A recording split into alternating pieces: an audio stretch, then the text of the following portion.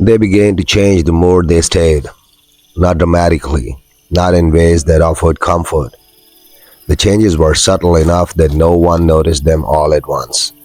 Only in retrospect, the way you realize a room smells different after you've been in it too long. Their skin grew less vivid, the green dulling into something closer to pale olive, though it never fully left them. In certain light, early morning, late dusk, it returned with sudden clarity, as if their color answered to conditions no one else could perceive. They learned some words, not many. Nouns came first, objects that could be pointed to: table, door, water, bean. Verbs resisted them, especially those related to motion: go, leave, return. They understood the sounds, but not the expectation behind them. When asked if they wished to go somewhere else, they looked confused, not by the idea of travel, but by the assumption that location was a matter of choice. It was the girl who spoke most once language began to settle. She pointed to the window one afternoon, toward the low fields shimmering under heat, and said a word slowly, carefully. It was not the word they had used before. This one carried weight. The minister, present again, asked her what it meant. She paused, the longest hesitation anyone had seen from her, then placed her hand flat against the floorboards. She said the word again: below. That was the closest translation anyone could manage. They tried to ask questions. Where below? How far? Why come here? The children listened patiently, heads tilted slightly, but the questions did not align with their understanding. Eventually the boy spoke, voice strained with effort, and delivered the longest sentence yet attempted in the settlers' language. There was no light, he said. The sentence ended here. Not because he could not continue, but because to him it was complete. The girl added something afterward, quietly. The sound told us when to move. They refused to elaborate on the sound. Any attempt to press them resulted in immediate withdrawal. Eyes unfocusing, bodies turning inward, hands tightening. It was not fear, it was conditioning, as if certain subjects were not allowed to expand it upon. They were taken once to the fields, not forced, accompanied. The children reacted immediately to the open land, slowing as they crossed the boundary where crops gave the way to uneven soil. Their steps became careful, precise, each foot placed deliberately as if following marks invisible to others.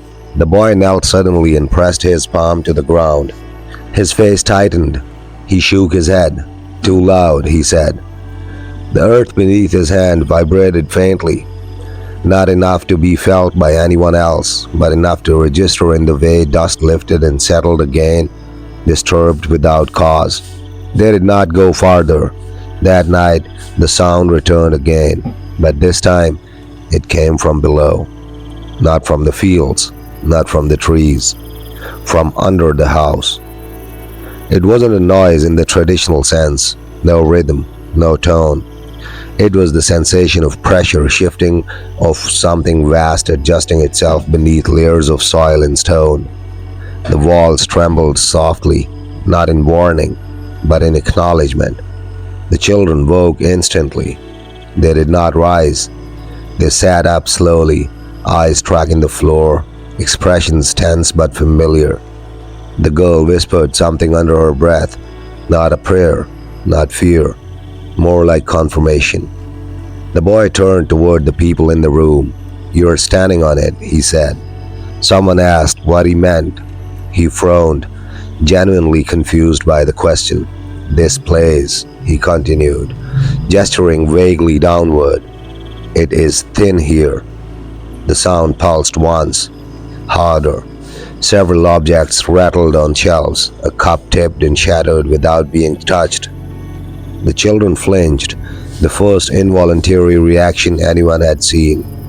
Not because they were afraid of the sound, because it had responded. The minister later wrote that the children spoke of a world without sun, illuminated instead by something diffuse, omnipresent, not light, but awareness. They described fields that grew without planting and paths that shifted unless followed correctly. They did not describe escape, they described transition. And slowly, reluctantly, it became clear that the children had not come from somewhere distant. They had come from somewhere adjacent, from a place layered beneath the world everyone else assumed was solid. And whatever lived here had noticed the mistake. It had allowed the children to wait, but waiting, the boy finally admitted, was not indefinite.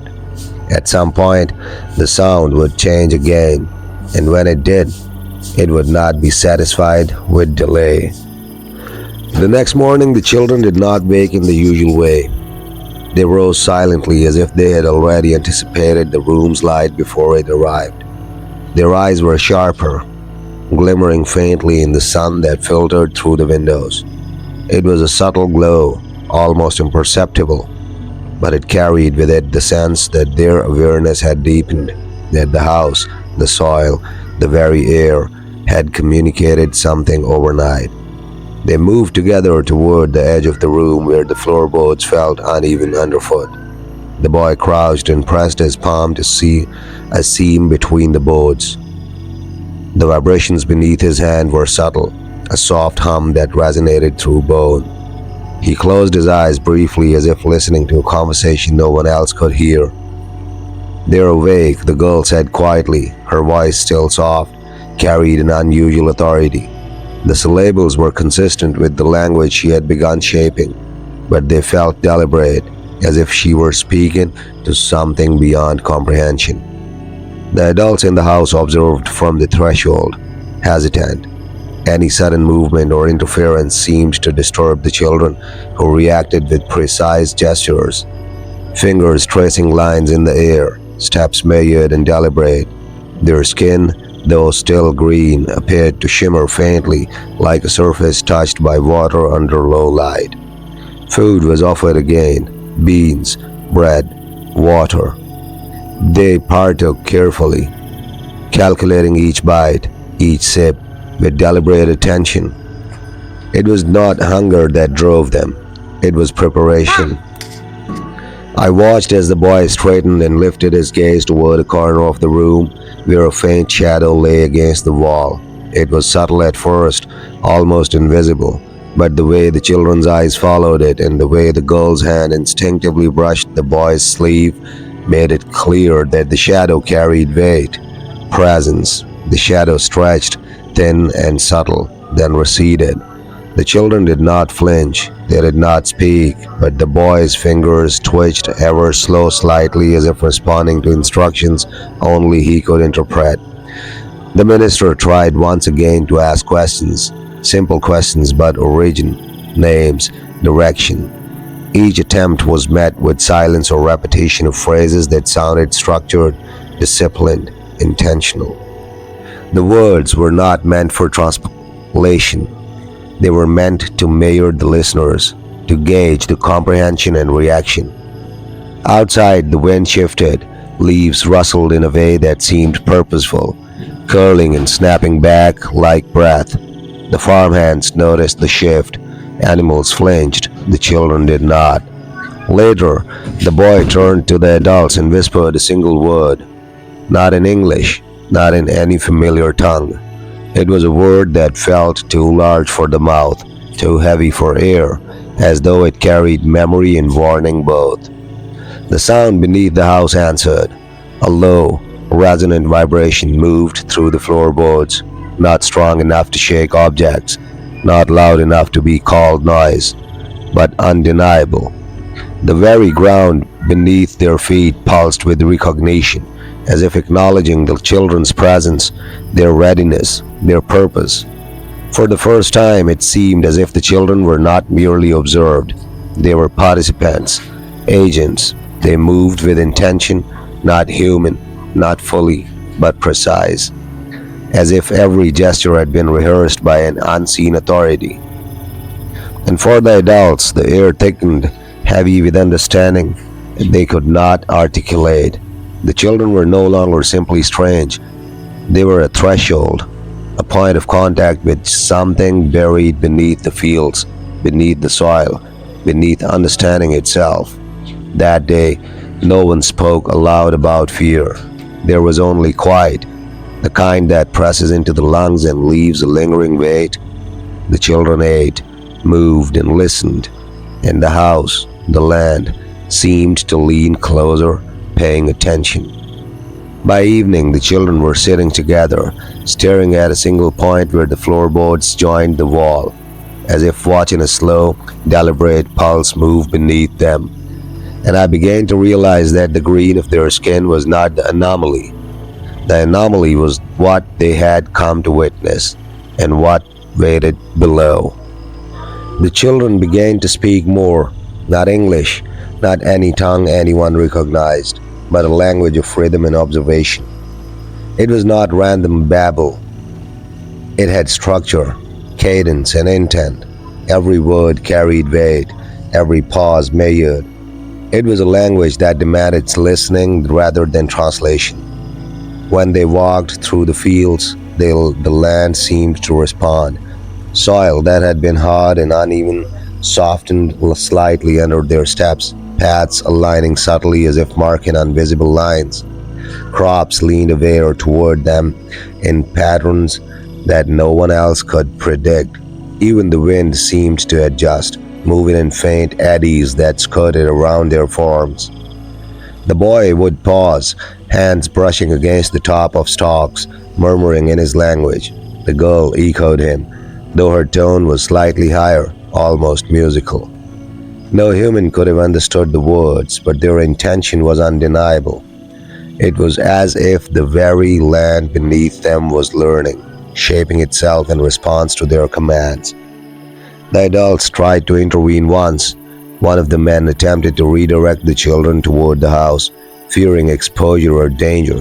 The boy turned slowly, gaze sharp, shaping itself in response to their commands.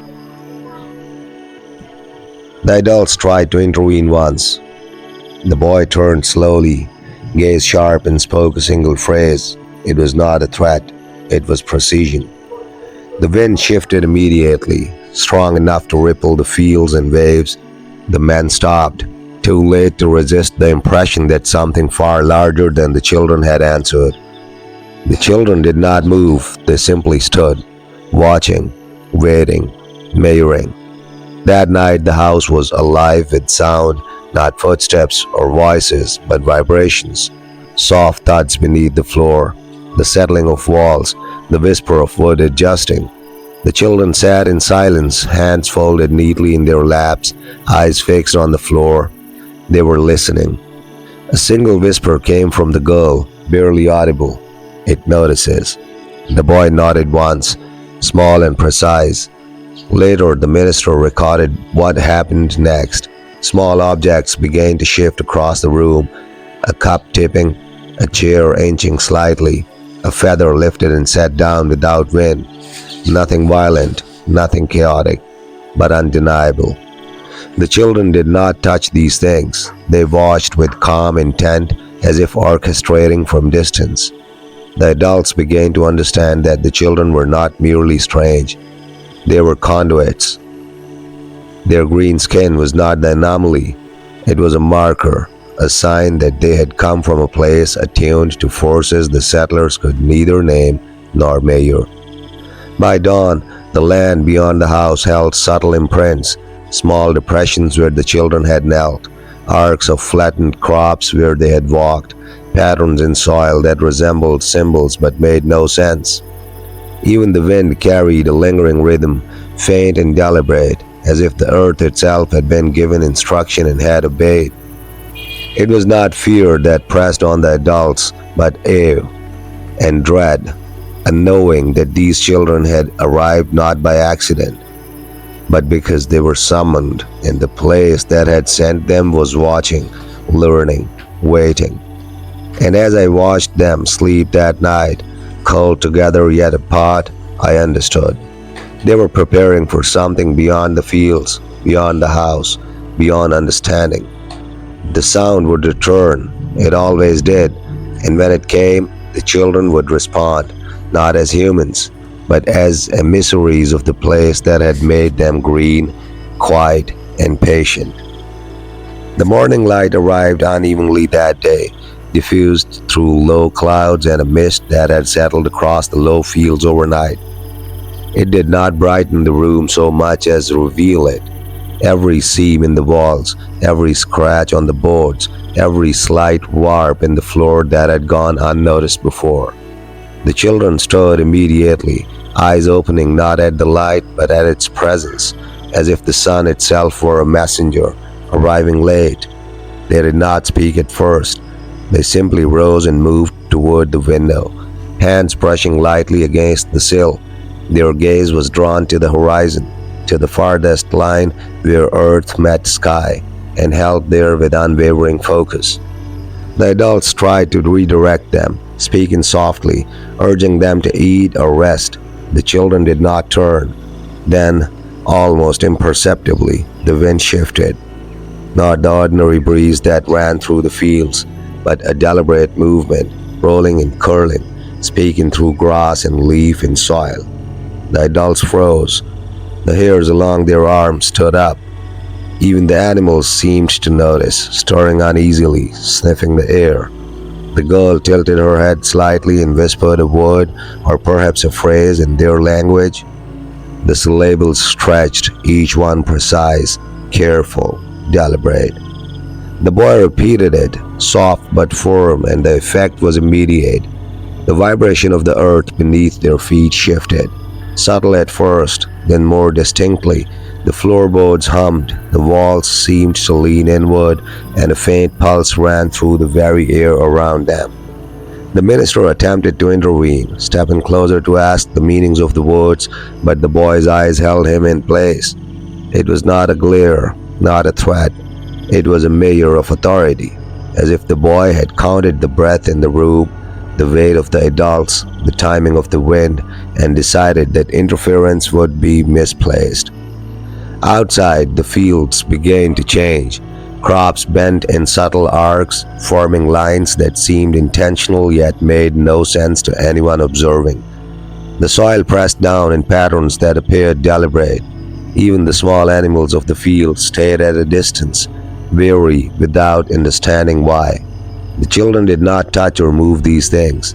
They simply observed, as if the world itself had become a canvas they were meant to read, not alter. I watched from the corner, heart tight with something between awe and terror. It was no longer about green skin, strange language, or silence. It was about understanding that these children were instruments. Their presence alone shaped the world around them in ways that obeyed rules no human could articulate, and in ways that responded to a power hidden beneath the surface. As night fell, they ate again. Beans, carefully measured, water sipped in exact quantities. Their skin seemed to shimmer faintly in the dim candlelight, the green more pronounced where shadows and flame met. Then they knelt together on the floor, heads bent toward the boards, hands brushing against the seams. The vibration returned, low, subtle, deliberate, not destructive, not loud, but undeniable. The floor hummed with awareness, the walls leaned, the air itself pressed with the weight of attention. The children whispered again, phrases I could not understand, words that seemed to echo backward and forward simultaneously, as if tied to something outside time. And then silence, a silence that carried expectation, the sort that made every living thing in the room pause and wait. No one moved, no one breathed loudly. Even the animals were still. The children rose in unison, eyes fixed on the horizon once more. Whatever they had heard, whatever had responded to them, they were ready. And for the first time, I realized that the sound, the vibration, the presence in the fields, it was not waiting for them to act. It was waiting for me to notice. And by the weight of it, I knew I had. The children began to exhibit a rhythm to their movements that was impossible to ignore. It was subtle at first, the way they placed their feet along cracks in the floorboards, the tilt of their heads as they listened to the distant wind. Every gesture was deliberate, measured, as though the very world had its own pulse and they had learned to match it. I watched them move through the small rooms of the house, past the table, past the hearth, and toward the door leading to the low fields. The adults hesitated. None dared approach them closely, yet they could not look away. There was something about the precision of the children's movements that demanded observation, a quiet insistence that they be acknowledged, not interrupted. The boy crouched near the doorway, fingertips grazing the threshold. The vibrations beneath his hand were faint but present, a slow pulse that traveled upward, not in sound, but in sensation. He seemed to close his eyes and inhale something imperceptible. The girl followed his movement, placing her hand lightly atop his, pressing in tandem. They remained motionless like that for a long time, their attention fixed on a point invisible to everyone else. Suddenly the boy spoke, not English, not any known tongue, but the syllables carried a weight I could feel pressing against my chest. They were words, phrases, commands, or perhaps recognition. The air around the room shifted, the candle flames flickered, though no wind blew. The pulse beneath the boards seemed to synchronize with their voices, vibrating slowly, deliberately, as though the children had called something into awareness. Outside, the fields seemed to respond. Crops bent subtly along invisible lines. Soil depressions deepened as though footprints had been pressed into the earth and then erased. The wind carried a faint hum, low and constant, vibrating across the low-lying fog that had settled in overnight. The children did not move, but their eyes tracked every shift. They were mirroring it, observing it, listening. The minister stepped forward, attempting to intervene, asking questions with careful tone, but the boy raised a single hand, a gesture both commanding and protective. His eyes met the minister's, calm but unyielding. The word he spoke after was brief, low, and deliberate. It carried an authority that made anyone who heard it pause, and it silenced the wind for a heartbeat. I realized then that the children did not merely inhabit this space. They were attuned to it, part of a network of forces and movements that were beyond human comprehension. They were living conduits, interpreters of a reality that existed beneath the soil, between the plants and in the pulse of air and stone. The sun began to fade, but it did not matter. Light did not dictate the rhythm of this place. Shadows moved differently here, drawn toward the children, stretching unnaturally, aligning with something hidden geometry. Even the walls of the house seemed to lean slightly inward, as if trying to listen, and then, without warning, the boy bent low and pressed his hands into the floorboards. The vibration surged, low and insistent, like the heartbeat of something enormous lying just beneath the surface. The girl mirrored him perfectly, hands moving in tandem, lips whispering words I could not translate. The adults froze. Every nerve in their bodies recognized the weight of what was happening. Even I, who had witnessed strange things before, felt the room shrink and expand simultaneously, as though the walls themselves were breathing in response to the children. Then, as if concluding a long conversation, the children rose. Their eyes swept across the room, resting briefly on each observer as if noting who had seen and who had understood. They moved toward the doorway, pausing to touch the threshold again. And for a moment, the world outside held its breath. The fields waited, the wind waited. Even the sun seemed to hesitate. The children were listening, and I understood finally that what awaited them beyond the threshold was not meant to be named. Not yet, but it would come, and it would not wait. The afternoon sun fell in shallow, muted bands across the low fields. painting the earth in streaks of gold and gray. It should have been ordinary, it should have been calm, but the air itself carried a weight that made ordinary observation impossible.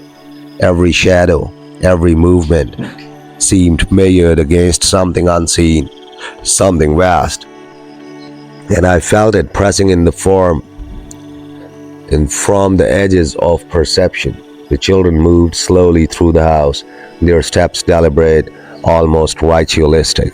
Their green skin caught the dim sunlight filtering through the windows, revealing faint undertones that shifted with their motion, hints of gold, of gray, of an olive that belonged neither to illness nor sun.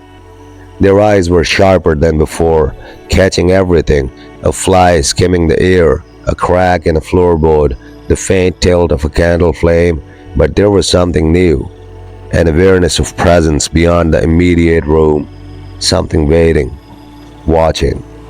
They approached the main door to the fields again. The boy crouched and ran his hands over the threshold, feeling the vibrations of the earth beneath. The girl mirrored him, hands tracing us above the floor.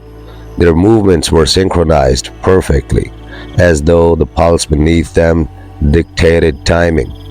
And then it began, a low, resonant hum that started under the house and radiated outward.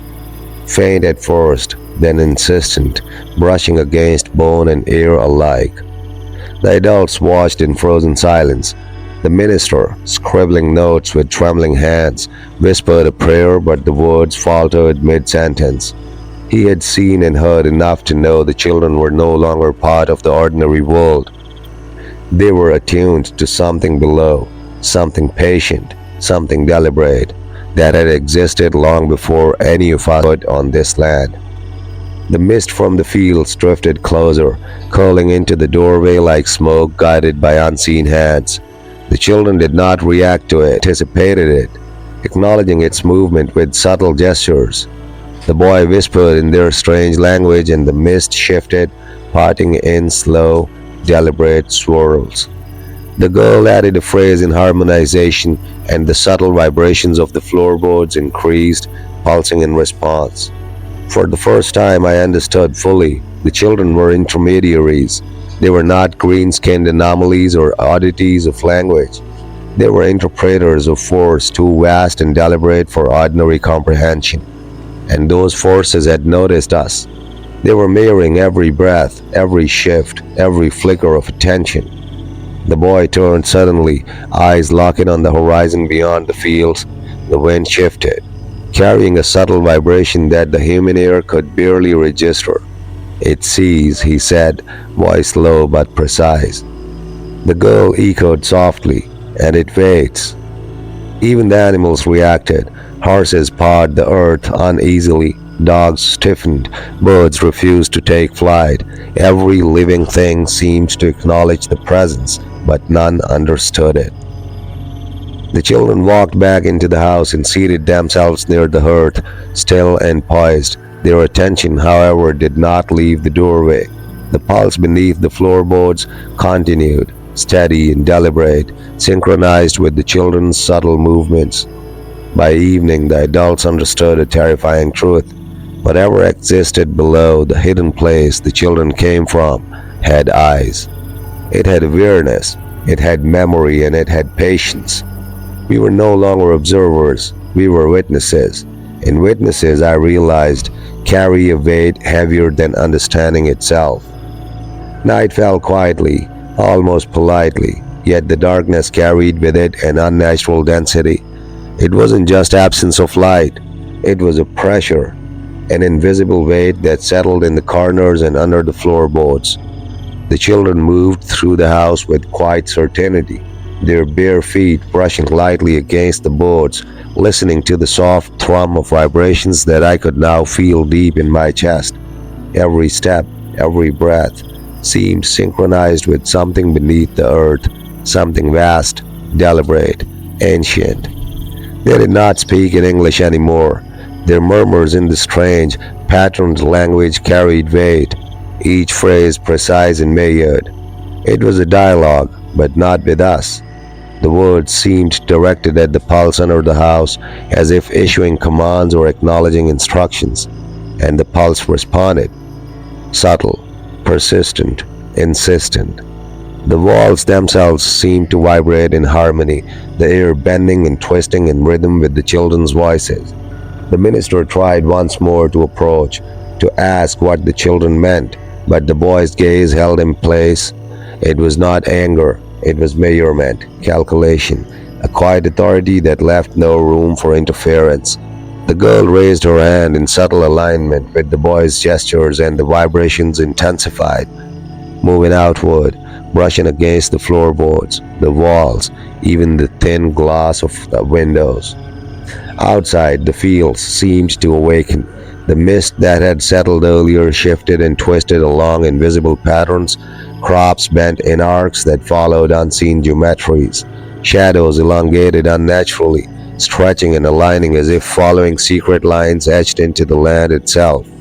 Every detail was observed, measured, acknowledged, and the children did not flinch. They were not fearful. They were participants in a dialogue that humans could only witness.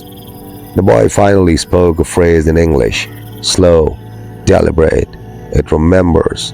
The girl added, voice barely audible, and it judges. The weight of those words pressed on everyone in the room, not a literal weight, but a sense of inevitability. The children were not merely interpreters, they were instruments, and the instruments were attuned to forces that had existed long before settlement, long before the house was built, long before the fields were tilled. I realized as I watched them sit quietly, hands folded, eyes sharp and alert, that nothing we had done mattered. The earth beneath us, the hidden place that had sent the children, had plans of its own. It observed, it measured, it waited, and the green children were its medium, its eyes, its voice. The floorboards hummed again, low and deliberate, a pulse that seemed to echo the children's intent. The walls leaned slightly, as if acknowledging the rhythm. The mist outside curled closer to the windows, searching, observing, waiting. And then the children, as one, turned toward us, their gazes piercing and calculating. There was no malice, no fear, only knowledge, knowledge that we were witnesses to something beyond comprehension. And in that moment I understood fully, we were not just observing a mystery, we were standing at the threshold of it. The children had arrived not to be comforted, not to be understood, but to bear witness to what lay beneath and to prepare us, whether we wanted it or not.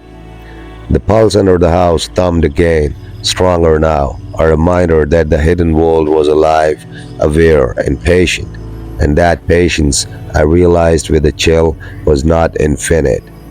The final hours before the children left were heavy with an almost unbearable stillness. The house seemed to hold its breath. The floorboards softened, the walls leaned inward subtly, and even the light filtering through the windows felt slowed, deliberate, as if the world itself had paused to witness. The children moved with the same precision as always, no hesitation, no misstep, but there was a tension in their posture, a sense that something had changed, that the pulse beneath the house had intensified, waiting for an acknowledgement that the children themselves were ready.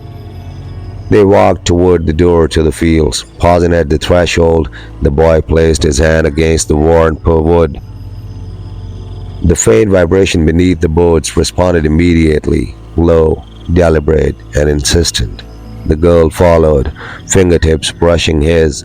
Together they seemed to sync their rhythm with something unseen, something vast lying beneath the soil, something that had been watching, waiting, learning for years beyond measure. The girl finally turned to look at us, not at me, not at the adults, but at something beyond the house, beyond comprehension.